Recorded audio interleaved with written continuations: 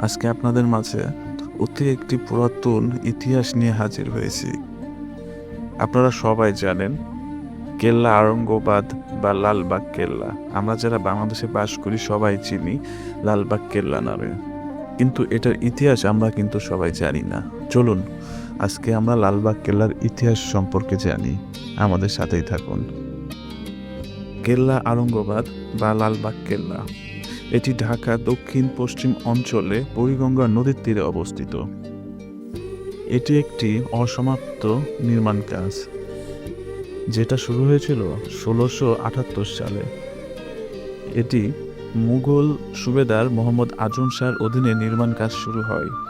তিনি ছিলেন সম্রাট আওরঙ্গজেবের পুত্র এবং পরবর্তীতে নিজেও সম্রাট পদপ্রাপ্ত হয়েছিলেন, কিন্তু তিনি দিল্লি চলে যায়, এতে কাজ বন্ধ হয়ে যায়। তারপরে তার উত্তরসূরি মুঘল সুবেদার শায়েস্তা খাঁ 1680 সালে নির্মাণ কাজ পুনরায় শুরু করে, কিন্তু শেষ করেনি, কারণ মুঘল সুবেদার শায়েস্তা খাঁর কন্যা পরী বিবি মারা যান।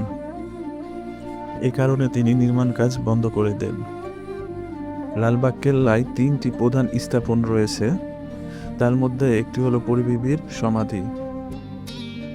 শায়েস্তা খাঁর মেয়ে পরী বিবি মৃত্যুবরণ করার পরে শায়েস্তা খাঁ ঢাকা ত্যাগ করে। তারপরে এই লালবাগ কেল্লা খুব জনপ্রিয় হয়। 1844 সালে আওরঙ্গাবাদ নাম বদলে লালবাগ কেল্লা নামে পুনরায় নাম চালু করা হয়।